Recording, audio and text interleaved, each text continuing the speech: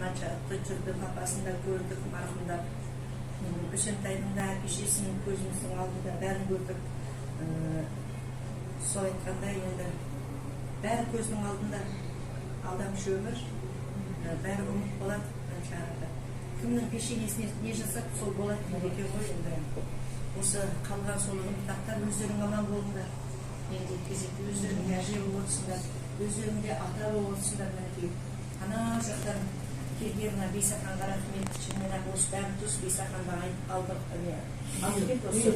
Бұйырып тұр, сол қымбатты шақырамыз дегенде как будто бір Бейсақанды шақырғандай да болдық та. Рахмет, бұған да Алла жар болсын. Жаңа сөйтіп айтып өтті.